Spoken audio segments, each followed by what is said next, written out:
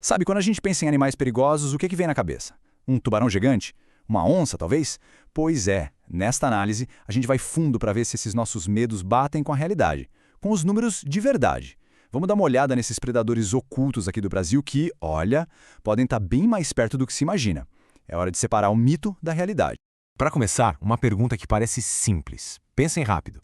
Qual animal é o maior responsável por fatalidades humanas no mundo todo? A resposta talvez não seja tão óbvia quanto parece. Se a primeira imagem que apareceu aí na mente foi a de um tubarão com aquelas fileiras de dentes, saiba que essa é a resposta mais comum. Não é à toa, né? Os filmes, a cultura popular, tudo isso construiu essa imagem de predador implacável dos oceanos, o grande terror de quem vai à praia. Mas será que é isso mesmo?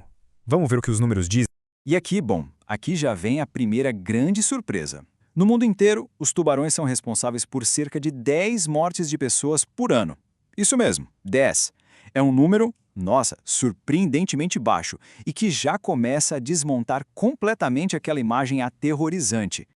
Então, de onde vem esse medo todo? Fica bem claro que os nossos instintos muitas vezes não estão nem aí para a estatística, né? Os nossos medos são moldados muito mais pela aparência de um bicho e pelas histórias que a gente ouve do que pelo risco real que ele representa. Agora sim, vamos para os números de verdade. Se não são os tubarões, então quem é que está no topo dessa lista? Olha, preparem-se, porque a hierarquia do perigo é bem diferente do que a maioria de nós imagina. Vamos começar com os gigantes famosos. Olhando os dados, a gente já vê que leões, hipopótamos, elefantes e crocodilos, todos eles superam, e com folga, o número de fatalidades causadas por tubarões. A escala de perigo aqui, gente, já é outra completamente diferente.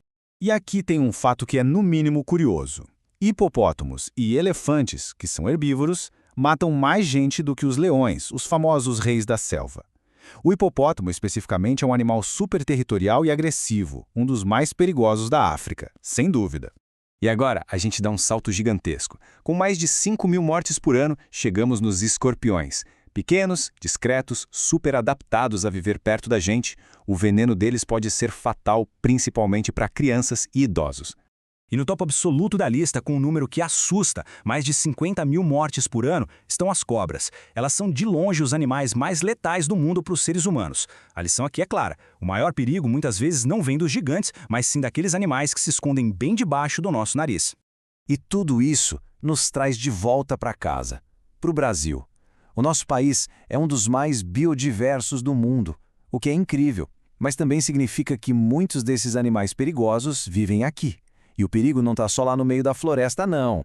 A verdade é que a expansão das cidades e as próprias mudanças no clima estão empurrando a vida selvagem para cada vez mais perto de nós. Isso quer dizer que aquela linha que separava o habitat deles do nosso espaço, ela está ficando cada vez mais borrada.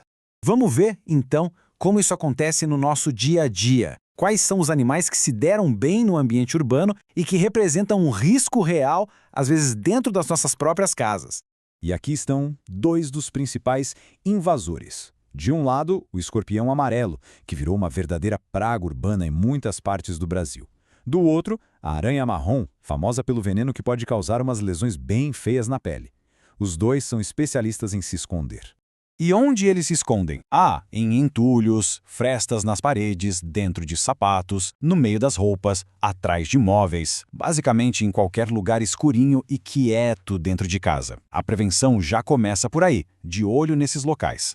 E não dá pra gente esquecer da aranha armadeira. Ao contrário da aranha marrom, que é mais na dela, a armadeira é bem agressiva quando se sente ameaçada. O veneno dela é potentíssimo, ataca o sistema nervoso. Não é à toa que ela é considerada uma das aranhas mais perigosas do mundo.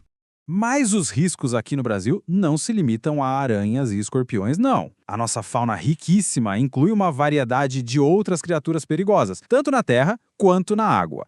A gente tem, por exemplo, cobras como a jararacuçu, que estão cada vez mais próximas das cidades. Os já bem conhecidos ataques de tubarão-touro em Recife e até uma espécie que nem é daqui, o peixe-leão, que além de venenoso, está causando um baita desequilíbrio ecológico. E olhem só esse caso que aconteceu de verdade lá no Pará. É um exemplo extremo, claro, mas que mostra como eventos do clima, tipo chuvas muito fortes, podem literalmente levar a vida selvagem para dentro da nossa casa, criando um perigo imediato para os moradores.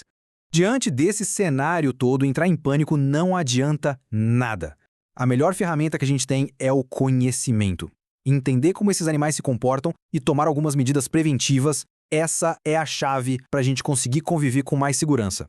Ok, então o que a gente pode fazer na prática? Primeiro, limpar quintais e tirar qualquer entulho para eliminar os esconderijos. Segundo, vedar frestas e buracos nas paredes de casa para bloquear a entrada. Terceiro, isso aqui é crucial, sempre, mas sempre mesmo, inspecionar sapatos e roupas antes de usar. E por fim, a regra de ouro, manter distância de animais selvagens. São atitudes simples que reduzem o risco drasticamente. E para fechar, fica essa reflexão no ar. Conforme nossas cidades crescem, esses encontros entre pessoas e a vida silvestre vão ser cada vez mais comuns. A questão não é se vamos conviver, mas como. E conhecer os riscos de verdade, não só aqueles que a gente imagina, é o primeiro e mais importante passo de todos.